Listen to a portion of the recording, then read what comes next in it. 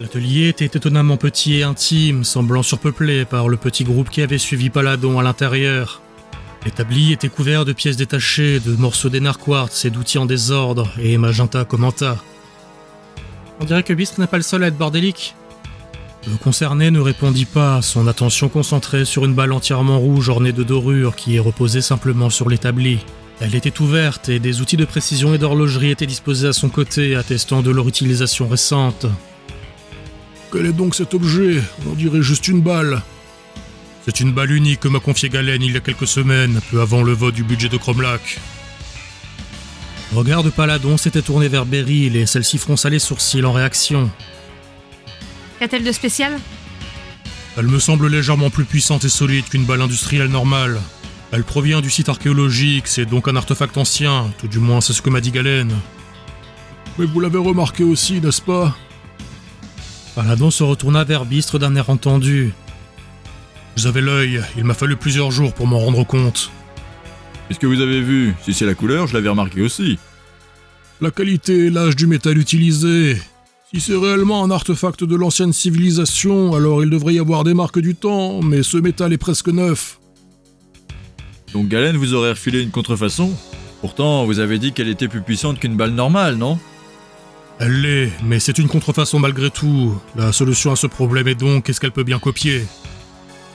Paladon attrapa un livre sur l'une des étagères de son établi avant de l'ouvrir et de le feuilleter. Il s'arrêta à une page en particulier et la présenta à l'assemblée. Le papier usé présentait une illustration d'une malle ressemblant comme deux gouttes d'eau à celle ouverte devant eux. Le style de dessin sembla cependant interloquer Magenta.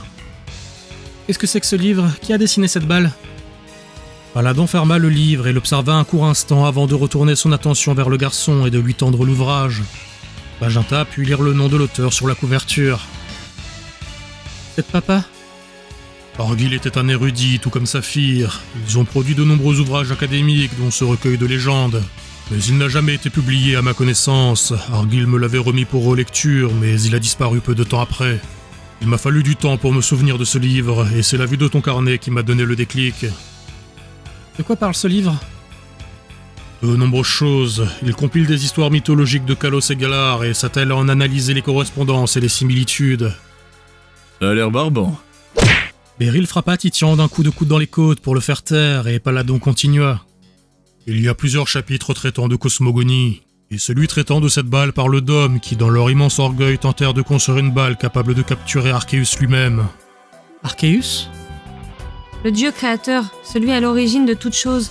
On dit qu'il serait né d'un œuf primordial dans le néant et qu'il aurait façonné l'univers de ses 1000 bras. Je vois, nous avons une mythologie similaire par chez nous, bien que nous ne le nommions pas. Attendez, comment une balle pourrait capturer un dieu ? C'est absurde. Oui, ça l'est. L'histoire raconte qu'Arceus fit s'abattre son châtiment sur les humains qui avaient osé l'insulter par leurs actes orgueilleux, et qu'il aurait demandé à Yuxie, le gardien du savoir, de disperser celui des hommes, les forçant à le réacquérir à chaque nouvelle vie pour que plus jamais ils ne puissent défier leur créateur. Alors c'est à cause de lui qu'on doit se taper l'école ? Drôle de punition. Dans tous les cas, cette balle correspond à la description de la balle origine de ce mythe.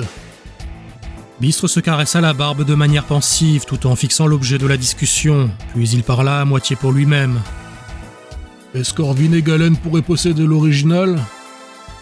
Paladon attrapa la balle et la referma avant de la faire rouler dans sa main calleuse.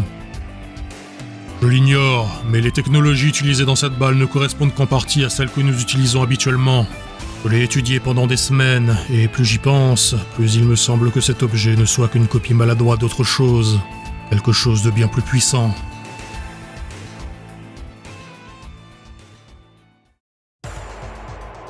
Orvin esquissa un sourire satisfait devant la réaction d'Azur. Celle-ci semblait dépassée par l'agencement des machineries et de câbles gigantesques devant elle, ainsi que par les silhouettes solidement harnachées de Latios et Latias emprisonnées dans de lourdes cages d'acier. Quel est cet endroit ? Je l'appelle simplement le laboratoire. C'est ici que nous travaillons à la réactivation du site de Cromlac que vous avez pu voir hier. La large salle fut plongée dans une décharge sonore explosive quand Latias fut traversée d'arc électrique et que sa forme ovoïde se cambra dans un cri de douleur avant de s'affaisser lourdement. Un scientifique en blouse s'approcha d'Orvin avec un calepin et lui fit son rapport. « Seigneur, nous continuons nos expérimentations pour tenter d'extraire la rosée d'âme, mais les ouvrages anciens sont trop flous et nous ne parvenons pas à en déduire un processus efficace. » Corvin ignora l'homme et croisa les bras derrière le dos avant d'avancer vers l'une des cages dans une posture contemplative. Il s'adressa alors à Azur.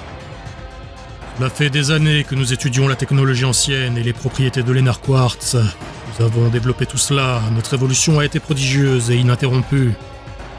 Son visage, jusque-là neutre, exprima alors un rictus d'insatisfaction et de frustration.